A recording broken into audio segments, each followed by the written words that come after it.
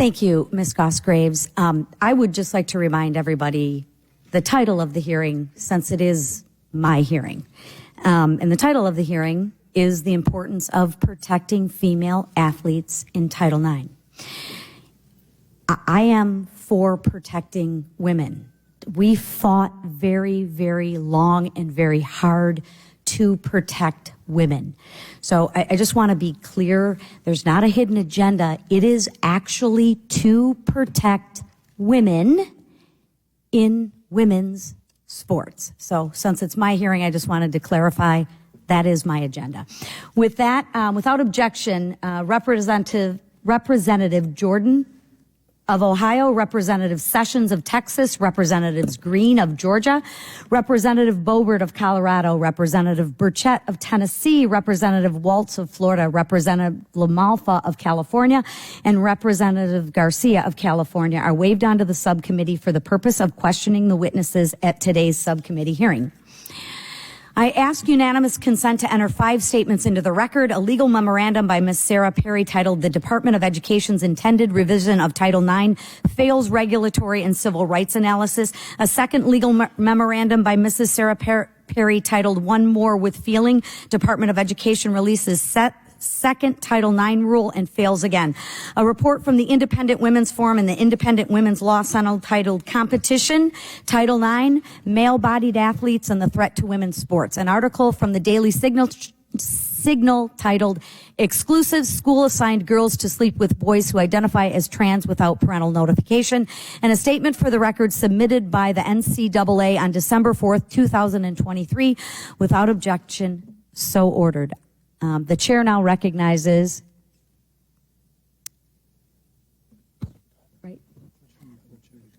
Chairman Comer. All right. Thank you, Madam Chair, for holding this hearing, protecting female sports in Title IX.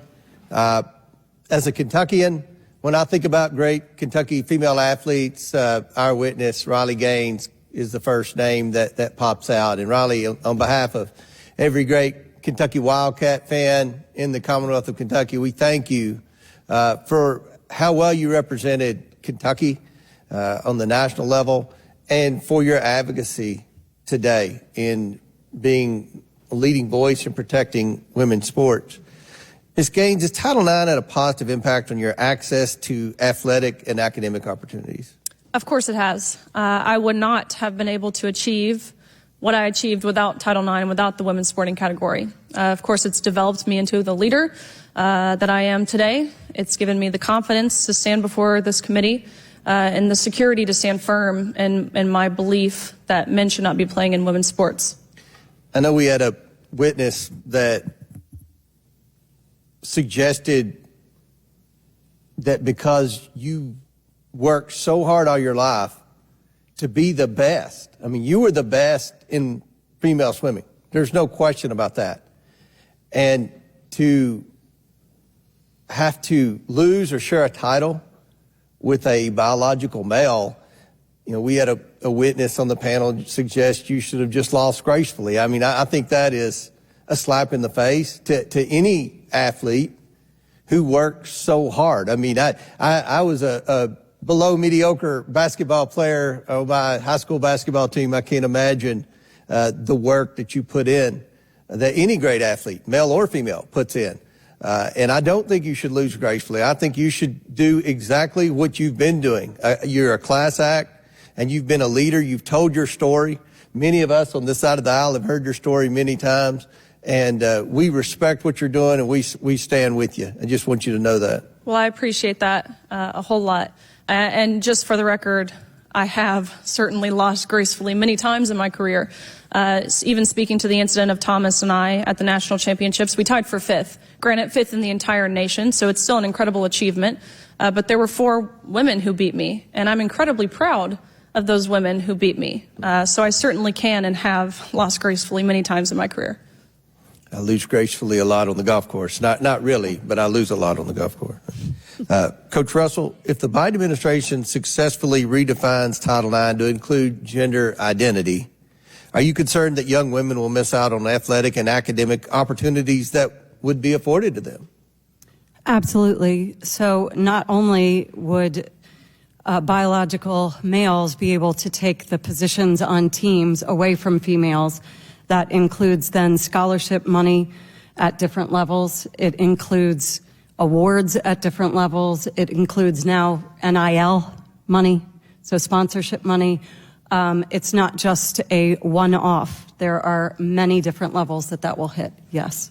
Well, Madam Chair, before I yield back, I just want to thank our witnesses who are here today advocating for female sports and Title IX. This is a great hearing, and we look forward to working with you as a majority, to protect women's sports and Title IX moving forward. With that, Madam Chair, I yield back. Thank you. The chair now recognizes Ms. Lee from Pennsylvania for 5 minutes. Or 5 minutes? Yeah. I was wondering if it was... I don't. Thank you, Madam Chair. I must say I'm surprised to hear that my Republican colleagues care so much about protecting the, quote, safety, privacy, and opportunities of women, since their voting record and priorities this Congress shows the opposite. A report released last year in conjunction with the 50th anniversary of Title IX found that men's athletic programs received more than twice as many resources as women's programs in 2020, and that expenditures for recruiting and compensating head coaches and assistant coaches favored male athletes nearly 3 to 1. Yet the 2024 appropriations bill did nothing to expand access for women in sports. It did, however, contain a rider to prevent the proposed Department of Education rule relating to transgender athletes' ability to participate in sports. Ms. Gosgraves, to your knowledge, do any of the bans preventing transgender students from participating in sports increase funding for women's sports? No, they do not. Do any of these bans improve playing fields or increase the number of women's teams? Absolutely not. Do any of these bans provide resources to expand recreational sports opportunities for low-income female athletes? No. While this committee purports to care about the safety of women, in 2021, when the House voted to reauthorize the Violence Against Women Act, 80% of the Republican caucus voted against that law. Not a single Republican member of this committee, nor our current speaker, voted for it. That bill included a provision to close the boyfriend loophole. Currently, people convicted of domestic violence against a spouse cannot purchase a firearm, but nothing prevents a boyfriend from acquiring one. Ms. Gosgraves, unlike gun violence, where the data is clear, is there any evidence that allowing transgender athletes to participate in sports presents a safety concern for women? Absolutely not. Because my Republican colleagues also claim to be concerned about women's privacy and opportunities, let's also discuss the Women's Health Protection Act, which passed in the House last year and would protect and expand access to abortion care. Not a single Republican voted for this law. The right to abortion is rooted directly in the right to privacy. And research has repeatedly shown that the ability to access abortion corresponds with greater economic opportunities for women. Ms. Gosgraves, is there any reason to believe that allowing transgender young people to participate in sports threatens women's privacy or employment or economic opportunities? None of those things are threatened by the participation of transgender individuals in sports. Thank you. In fact, isn't there a risk that banning transgender athletes could lead to privacy violations, either through requiring documentation or invasive examinations? There is a deep worry there, and some states have passed that sort of sex verification law, which would subject all women and girls to those sorts of examinations. Ms. Gosgraves, what should we actually focus on if we want to protect opportunities for women in sports? There is an opportunity right now to promote further resources to address sexual abuse that is happening in sports, to provide the sort of resources that mean more kids have an opportunity to play, and to advocate for that the Biden administration finalize this rule that has been waiting for so long. That's where we are. We've seen these same misguided arguments before, rooted in false stereotypes, when athletes of color tried to integrate white sports leagues who were accused of taking away opportunities from white athletes. Black women in sports, whether they are cis, trans, or intersex, constantly encounter shifting roles and expectations as a reprimand for their success. They are accused of doping or cheating in order to win. People make cruel remarks about their perceived femininity and create racist depictions of their physicality, all in attempts to discourage and exclude them from competing, and ultimately to keep them from winning. They were wrong then, and they're wrong now. I'm offended to see hatred and bigotry wrapped up in faux concerns about women and girls. We're talking about children wanting to play sports, wanting to feel included and accepted. I'd like to quote the Republican governor from Utah, Governor Cox's veto message, who said, quote, "Rarely has so much fear and anger been directed at so few. I don't understand what they are going through or why they feel the way they do, but I want them to live." I yield back. I now recognize myself for 5 minutes. Ms. Gaines, why is it patently unfair to allow biological males to compete in women's sports? Look at what's happened. I mean, even if you just look at the examples recently, we don't see females entering into men's sports and dominating. This is only happening one way, and with that way being males entering into women's sports and dominating. Of course, I could get into the science of it. I mentioned the athletic gap in my testimony, which is consistent among sports, specifically sports where there's a time, an objective time, like swimming or track and field. It tends to be 10 to 12% across the board. You look at things like wingspan or height or lung capacity or the size of the heart, which does not change with hormone suppression. And again, of course, going through puberty, those effects are irreversible. So you're actually telling us to follow the science? That is true. Second question, I know that you have been active in working with Kappa Kappa Gamma sorority in Wyoming. Can you explain what is going on there and why it is so important that sororities remain female only? Absolutely, which is a part of course, this Title IX rewrite. It's a lot broader than just women's sports, and sororities are a part of it. What those girls at University of Wyoming are going through, and I know this because I talk to them daily. They just refiled their lawsuit this morning.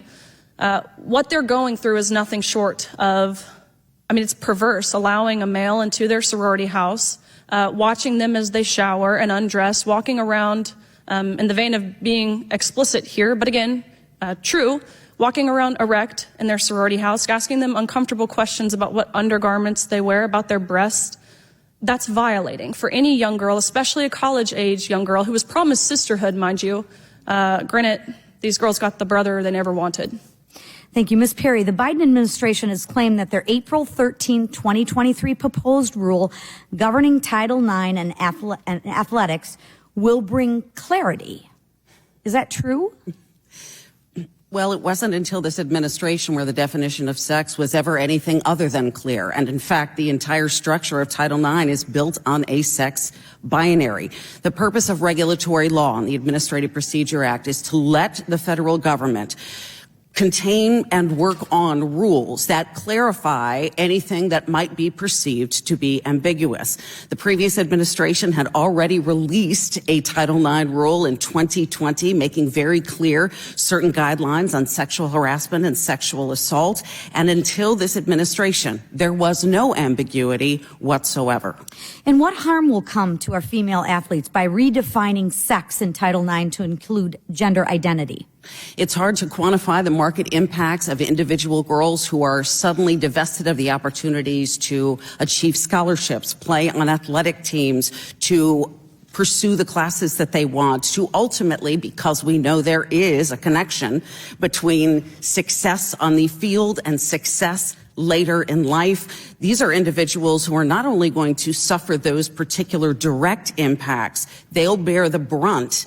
In addition, there's going to be a market relationship fallout we have yet to even begin to quantify. And that to women and girls?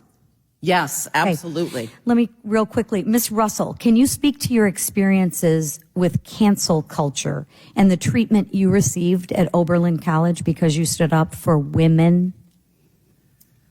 My own children just say, "Mama, you've been canceled twice." Yes, I would say I went into Oberlin as a fairly liberal person. I still love everyone and support everyone, no matter who you want to be, who you want to decide you want to present as. There are extreme differences in the biology of men and women.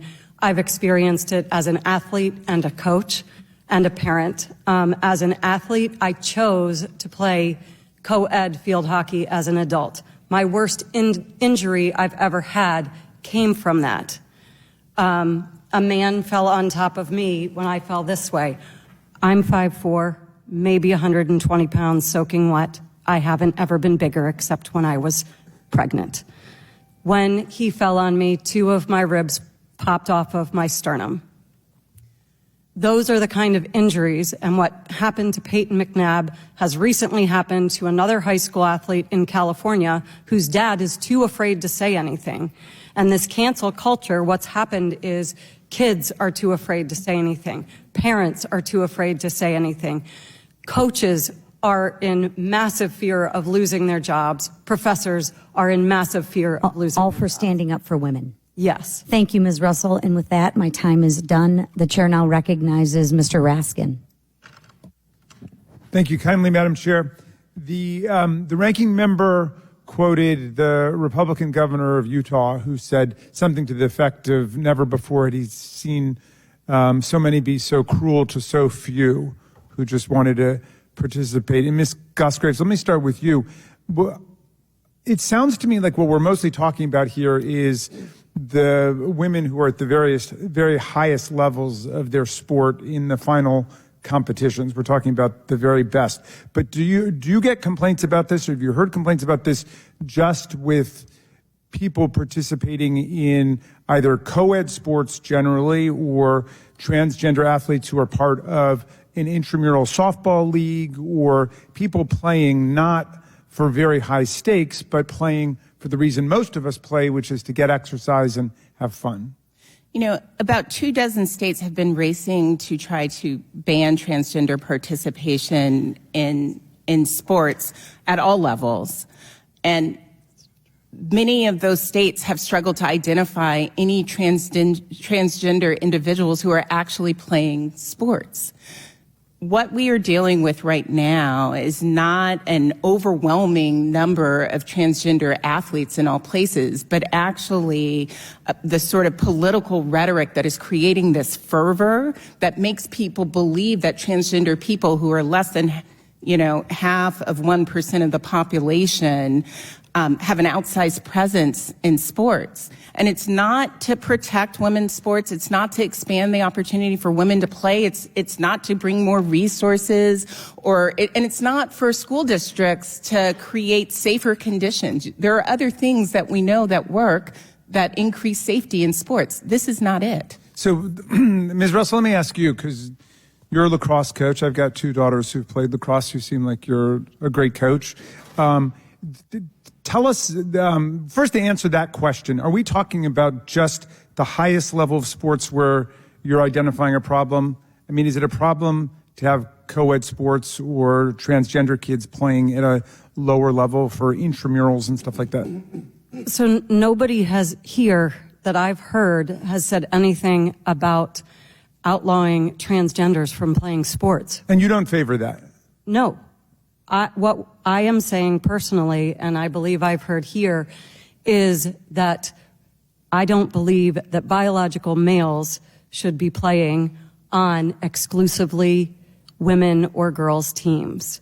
Co-ed is completely different. When you play co-ed in general, boys and girls know they're playing with each other. It's played differently. It isn't played with the same intensity as a men's sport. Okay, can I just ask about your personal experience, which you alluded to, but you ended up losing your job or leaving Oberlin, do I understand it, not because of something that happened with your team or a transgender player on your team, but because of something you said about what happened in another league in another state, is that right? Did I follow you? Or just tell me what the story was. I didn't follow. So I'm sorry, are you asking why I'm no longer coaching there? Yeah, I thought that you were telling us the story of that, but I couldn't quite follow the logical sequence. Maybe it's not related to that. I thought that it was related to your views on this. So I told the story publicly, and the college did not. What story did you tell? I'm sorry. Of what happened to me at the college when I did speak up about biological males competing against biological females. But was it at Oberlin, or it was? No. It was elsewhere. It was elsewhere. So do you have any direct experience of this, of what you're talking about? or no? Of biological males playing at Oberlin with biological females? Yeah. In other words, is that where this comes from? Or no? No. Oh, okay. Okay, so Ms. Cosgraves, let me just come back to you finally. Secretary DeVos in the Trump administration, she took the position that transgender kids should not be able to participate, I think, across the board, not just at the highest levels or whatever, but just categorically could not participate.